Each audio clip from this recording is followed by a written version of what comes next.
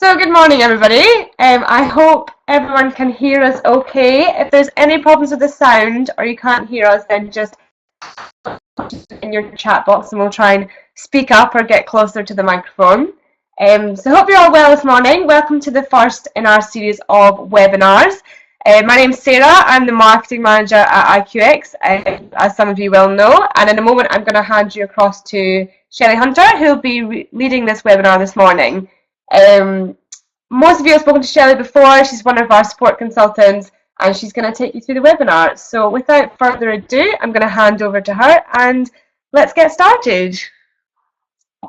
Good morning, everyone. Thank you so much for joining us. I hope you find it beneficial. It'll either be a refresher on the things you know, you can make something good on a Friday, or it'll give you a few hints and tips that are going to make your life a little bit easier going forward. Today, we're going to take a look at searching and how to get the best out of your search criteria, whether you're trying to fill jobs or find people to mail merge to make your mail merges more relevant. Because we all know it's all well and good that you enter the information into the database, but we need to know how to get it back out and use that information. As IQX is customized to your agency, what you see on screen today, and I hope you can all just see my IQX here in the background, might be a little bit different what you see because I've set it up for me. Your agency could be different, terminology might be a little bit different, things like I call them vacancies, you might call them jobs, placements you might call bookings, but everything's in roughly the same place, and the same will apply when we get down into the search criteria. Because these can be named whatever you want to call them, the terminology might be a little bit different, but everything works the same and you can apply this right across the board. Basically, as Sarah said, we have questions options in your little chat box. So you should see the chat section underneath. There's a little white box. If you all want to give that a test just to make sure that you can use it, so that if you do have any questions as we're going through, we can go ahead with that. So if you all just want to type hi, good morning, and then we'll know that it's working properly. Ah, brilliant, I can see. That's excellent. So any questions, pop them in there. I'll try my best to answer them as we go through. Some of them might be to do with things that are specific to your database, in which case I'll give you a call after the webinar and we'll look at that on a one-to-one basis. If we run out of time for questions, I will get back to everybody afterwards. So if we don't have time just now, we will come back to it. So don't worry about that. Right, we'll start with some nice and simple basics just as a refresher on where we are. We're mostly going to look at the person selector, so looking for your candidates, but we will have a little look at your contact searches as well. The principles are the same whether you're searching in vacancies or within a vacancy for people, so what you learned just now you can apply throughout IQX. So first of all, I've just got my person selector here and we're going to start with a very basic key name search. As you'll all know, the key name is the identifier given to your candidates when you add them to the system, made up of their surname and their forename, maybe with a space between, maybe without. You'll be able to work it out very easily whether you get returned searches or not. This is a great way if you know the person that has contacted you and you want to bring their record up. For example, I've just taken a telephone call from Shelley Hunter and I want to bring up her record just to make up a contact event. I can just type her full key name into the box and hit find, and it immediately brings back my record there. If I wanted to make a contact event, great tip, you have to go all the way in with the black arrow in there. You can just press F2 and it'll make the contact event for you. You don't need to open it up and make the contact event through the button. If you don't know the full key name, you can search on just partial key names. So if I just know that it's Hunter, it will bring back everybody that is Hunter there.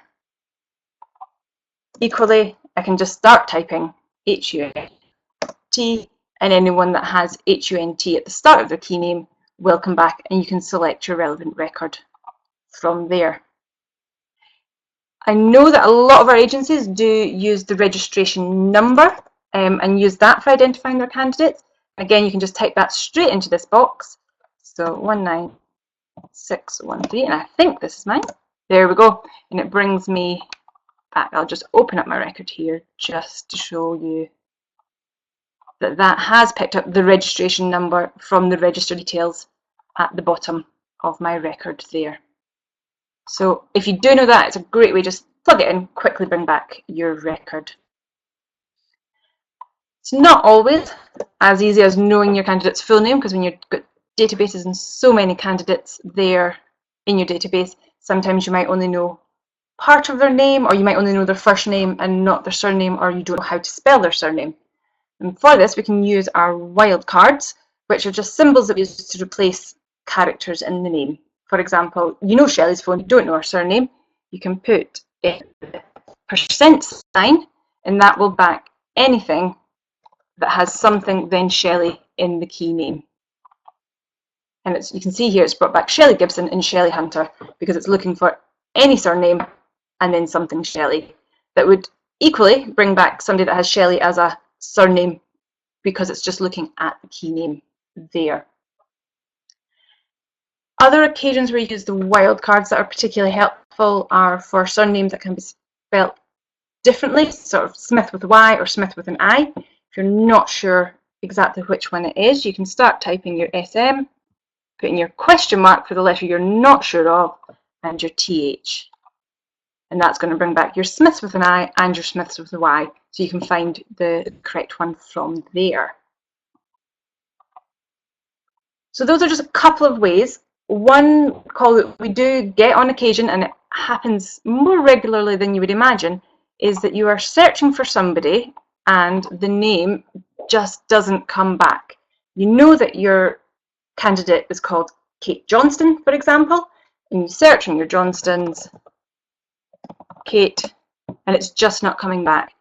This could be because they've got married or they've changed their name. Somebody's gone in and changed the record, but they changed the surname field in the record. They haven't updated the key name. So Kate's maiden name was actually Beck. So here, we search Beck as key name, but Kate Johnston comes up because in her record, when we expand the name, we can see that her key name's Kate Beck. So just a little hint there, when you are updating, make sure you update the key name as well, or that candidate could get lost in your database and you might not find them again. So I will do that just now, so that now, when we search on Johnston, if I could spell, it brings her back. So just change your surname, but also make sure your key name reflects how you want to search for your candidate. This happens well when your companies change names. Sometimes you want to have the in the key name, other times you don't, but it depends on how you want to search for it. Your key name can be edited. Right, so I think those are the starting points there on our basic searches, bringing back single records. I'm sure you'll all be more than happy with doing. We will take a little look now at the search tab. I'm sure you're all familiar with it, but I'll just go through the basics on what you need to look at and what you need to do. I am on the latest version of IQX. Yours may not look exactly the same. For example, this CV text bar is a new feature, so if you don't have it, don't worry. I'm going to show you the standard way of searching for CVs using your criteria. The first thing I'd always say is it's great to put on your hints. You might open your search tab and it looks like this and there's no line down the middle. If you hit your hints button, it puts the line down the middle and makes it clear that you've got your all of side and your any of. So anything down the left hand side that is under the all of is effectively like putting an and in between your words. So if you've got a registration date and you've got skills and they're all down the left hand side, you're saying that you want all of those criteria. If you put anything onto the right hand side and any of, that's like having an or. So you could have a couple of things down each side and you're saying you want all of one side and any of the others. So if you don't see this, just hit your hints, it'll put it up. It just makes it a bit easier for building up your searches. The next thing you want to do is set your department. It will default to your default department. Mine is nursing here, but if you have access to other departments, you'll be able to see them underneath here. And you've also got the option of searching through all departments. Be wary of using the all departments option, as it doesn't allow you to search on department questions, only on the general fields. So you might be missing out on some key searching there. Then you've got your perm, temp and either. This is determining who's going to get returned. So if you've registered candidates for temp and perm, they will come back if you choose perm, if you choose temp, and if you choose either. If you just tick them for temp, they'll only come back under the temp or the either, and if you've just ticked them for perm, they'll only come back under the perm or either. Right, so that's setting it all up. We'll have a little look at adding some criteria, building up some searches. I'll give you some examples, and if you think of any others, please feel free to ask them. So you can open up your criteria just by clicking once on the criteria button here, and move mine to the side so that we can stretch it out and see our search and our criteria at the same time. At the top of the criteria, you have your department questions. You can see I'm in the nursing department here, and I have nursing date, PIN number, expiry, role, and specialties. These are all questions that are specific to my department. If I change departments, and we'll just have a look at the legal department and open the criteria, you can see the top sections changed because these are specific to the legal department. I've got area of law, sector, date of qualification. So what you see at the top of your box will depend on the department questions that have been set for you. But we're going to have a look in the nursing, so I'll just pop back there. After your department questions, you've got your standard person questionnaires. So these are the questions that are asked for every candidate that goes onto the database. And these are your specific questions that have been set up by your agency. Your standard fields are all contained under your other headings. You may not have other headings, or you might have different headings, but these are all the standard fields in the database, such as state, surname, address. Every other field in the database can be searched on. And we've even got timesheets and placements. So you may not have as many search criteria, and if you think after this that there is something that you would find useful that you don't have, just speak to your system admin and they can look at getting that added on for you, or they can come to us and we can help them create something that's going to be useful for you. So the next stage is how to add your search criteria, and it is as simple as either double clicking on it, or you can drag and drop.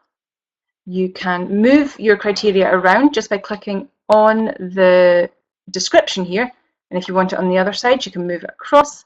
If you want to get rid of it, you just drag it back into the box there. Alternatively, if you've built up a big search and you decided that you don't want it anymore, you can use the clear button and it will remove everything from the screen. So first of all, we will look at a basic search. I'm just going to have a look in the nursing department for all the candidates that I am consultant for. So I'll just have a look through and I'll find my consultant criteria. I'll drag it in. Because this can only have one option, it's a drop down, it lets me choose the consultant that I want. I can hit search and it brings back my records here. I'll just open them up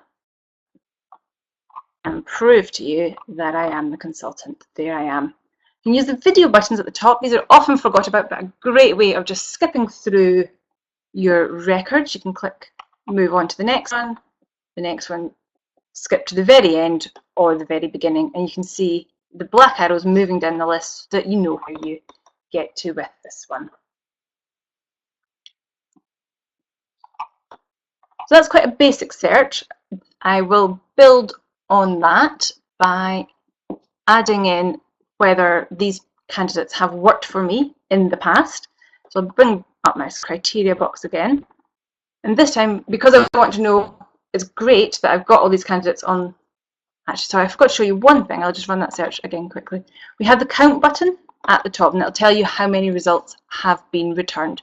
So I can see here 57 people have been returned.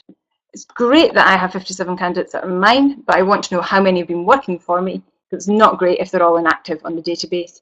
I can work out from the inactive ones, do I need to get in touch with them? Do we need to get update documentation, things like that. So I'll just add in a criteria for has had a timesheet. you'll see here that it has a date range for me. So this little button here has got 3 dots in it, and that at the moment means I can set between dates. I can do after, equal to, or before. So I can set this to today's date and click once on here to make it not. So I'm looking for anyone who has never had a timesheet for me in the past.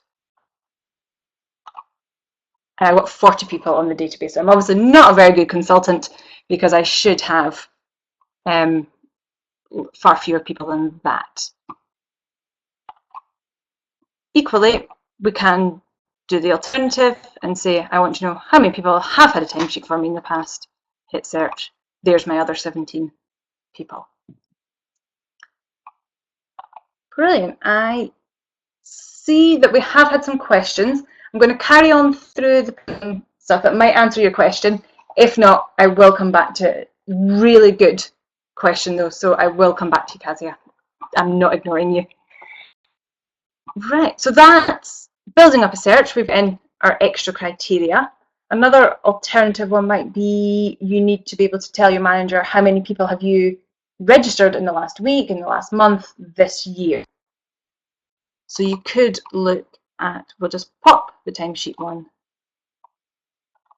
back again. And this time we're going to look on our registration date. Again, it's the same process. We have the equal to, less than, greater than, and between. So I'm just going to look at everyone I have registered since the start of this year. The date picker may look a little bit different depending on the version that you are on.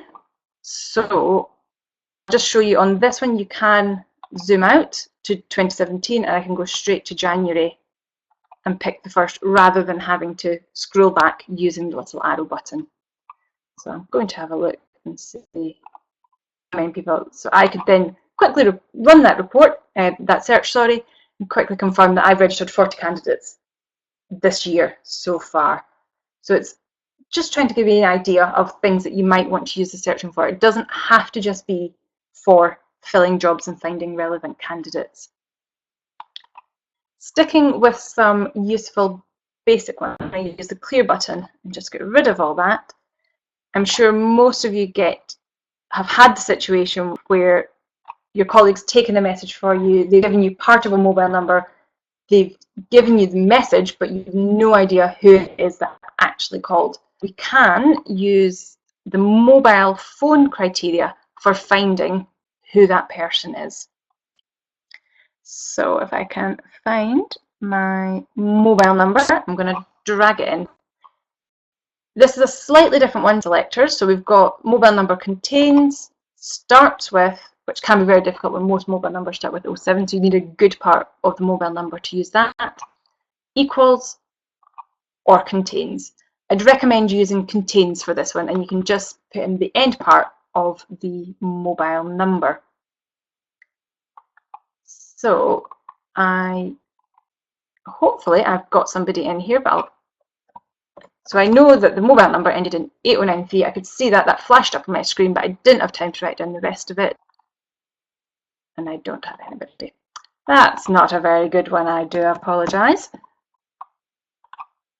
There we go. So I've got somebody here and I can see this mobile number ends in 111. If I had, I'll just move it to the side, I'll amend the search. So actually if I knew that ended in 000111, which is a bit more of the mobile number, I've got a space in it, that's why. So it is very case sensitive. If you put spaces in between your phone numbers, you'll need to put spaces in for your searches as well because it's looking for that space. And there we go, Marcel's coming back again. Equally, as well as doing it for mobile number, you can do it on part of an email address. If you've had an email in, but it's not actually currently linking with somebody, you can search on the email address using the email address criteria. And again, you've got your contains, just use, or you've got your starts with, you could just use this first part, which would be Shelley.Hunter at iqx.co.uk. I don't need that at iqx.co.uk. I could just search on the Shelley.hunter. I'm not sure. I don't have anything. I'm not in the database.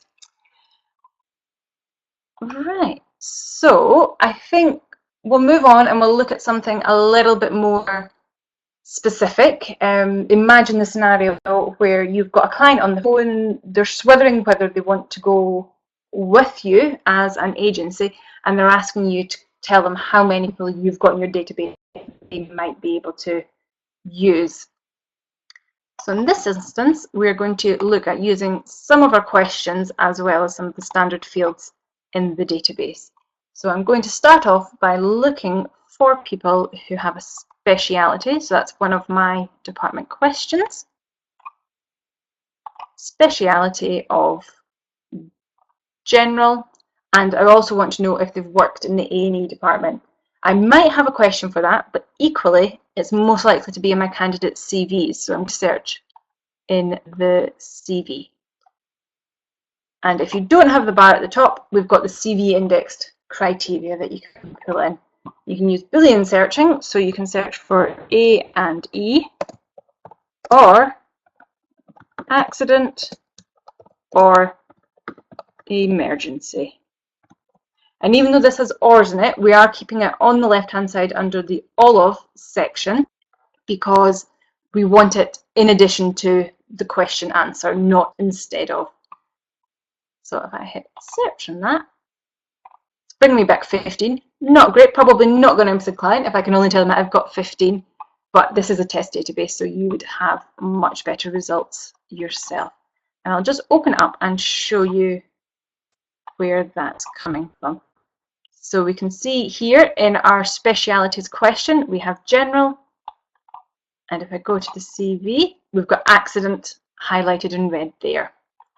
Go through, we've got accident and emergency in this person, and again we can see that we've got general answered as a question at the top section here. So that's just showing you how it comes through when you're doing your CV search. So in your CV tab down the left hand side, and the words that you've looked for will come up highlighted in red. And it's great if you have people, but you might cover a larger area, in which case you can use your postcode searching to limit what you're looking for, because your client's probably only interested in people in a certain area. So what I'm going to do this time is just drag in a couple of postcode search criteria. I'm going to do starts with, and I'm looking for LE1 or LE2. So what I have here is a search where I'm looking for speciality of general and an instance of A&E, accident or emergency in the CV, and person will either be in the postcode of LE1 or LE2. So again, it's brought it down a little bit, but we can see down the side here we've got our LE1s, LE2s, but what's also brought back is LE17 and LE13 because I only said start with LE1, so it includes the 7 there. We can easily edit our search to change that, and this is one really good tip a lot of people forget about. If I want a space after my 1, so that I want to exclude 10 to 19, I put a square bracket, a space, and a square bracket, and it ensures that there's a space after the 1. And I don't need to, but I'll do the same for 2, but I don't want LE20, that's too far away from my client's location. So I'll hit search again. We're down to 7, and you can see this time it is just LE1 and LE2 rather than the 17s that we had previously. So looking at the question that we had, so if you had a few towns, it'd be much the same as we've done the postcode. We could put the towns down the side, and you do have a search criteria for town. So instead of postcode, I'll just drag these ones back. You would have town, and you could have contains, starts with, equals, and then put your different towns, and again you would have your any of your towns and your all of down that other side. So again, you could, doesn't have to be your specialities in CV, it could be your registration date if that's what you're looking for. The other good search criteria we have, and it is only available if you have agencies signed up to the postcode distance, but we have the radius from postcode and radius from vacancy search criteria. And this will calculate what postcode you've got and how many miles from it you want your candidates to be. So I'm going to drag in my radius from postcode. You do need an exact postcode because obviously LE1 is a big area. How are you going to work out what your 10 miles from there is? So you do need to be specific on it. So I am going to look for LE1 18F. LE1 18F. And I want any candidates that are returned to be less than 20 miles from that location. Working a little bit harder this time to find them, but again, all of these postcodes are within 20 miles of the one that I put into my criteria here. The radius from is also great when you're filling your shifts and your vacancies because you get an extra column on that and it'll tell you how many miles away from the site it is as well. So it's quite a good one.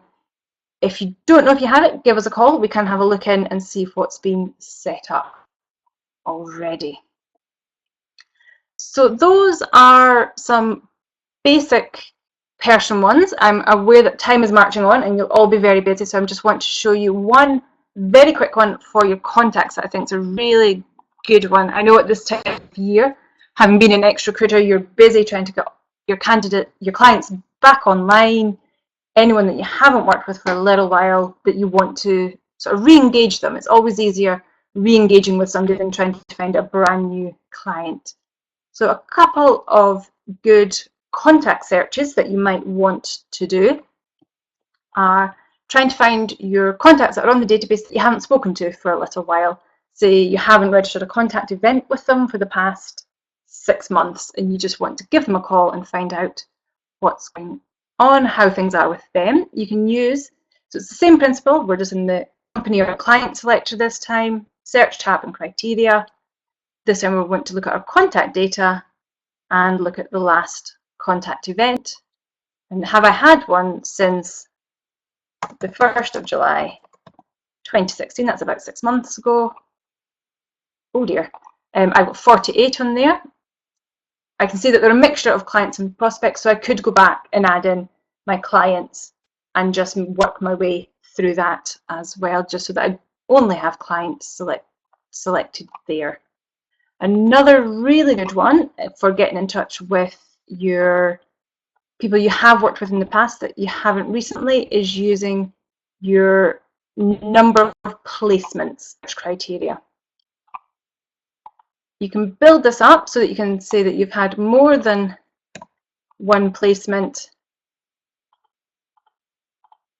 before, say, the 1st of the 1st. Oh dear. Number of placements.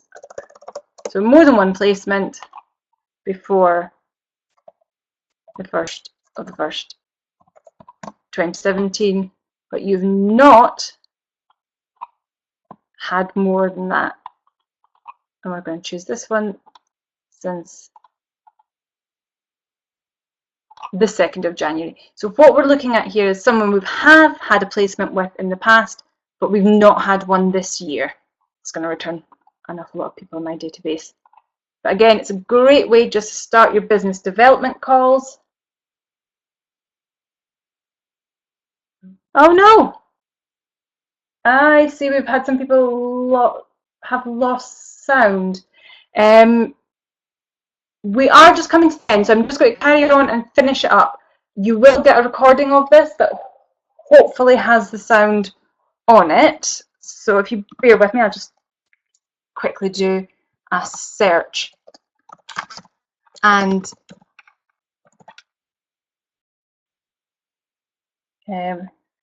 sorry, just 2 seconds.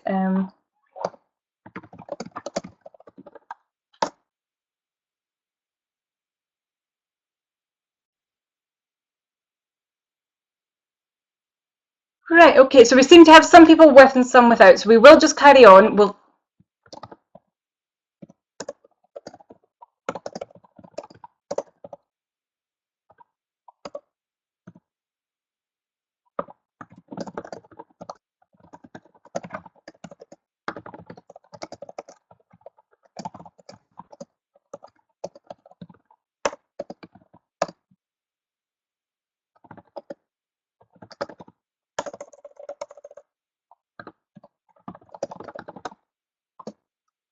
Okay, so as I was just messaging there, we're just going to carry on. We'll finish up because we are slightly over now as well. There's not much to go, and then everyone can get the recording as well. I might do a cleaner version so that you don't have that big pause in the middle.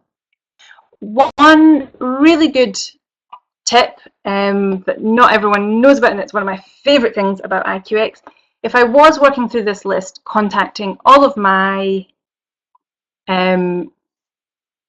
clients, and somebody called in, a really good client, I want to record a contact event, can I press my shift key, hit the contacts selector, it opens up a second instance where I can then search for the contact that I want to make it against, and I don't lose where I am in the original list of people. The other great thing that you can do, if you're building up searches and you're finding it's a search you're using time and time again, you can save that search off under the stored searches bar down the left hand side. Set it up, press save, give it a name that means something to you, no recent placements, hit OK, and that means it's now here on this list. So instead of having to come in and build up your search every time, you can just come to your stored searches, highlight the one you want, retrieve it, and it brings it back. You can then just change the dates according to what you're looking for. And when finally your stored searches, depending on your version and your rights, you might have the right to borrow searches from other users. So you've got your consultant at the top here, and you've got drop downs. I know that Violet has really good searches that I want to borrow, so I'm going to bring hers back and going to have a look at it. Oh, she's looking for people that we've not had contact with recently, but have had vacancies in the past. That's a really good one. I think I can, and I can save that off for myself in the same manner. I just have to make sure that I'm back on here, and I can just save it.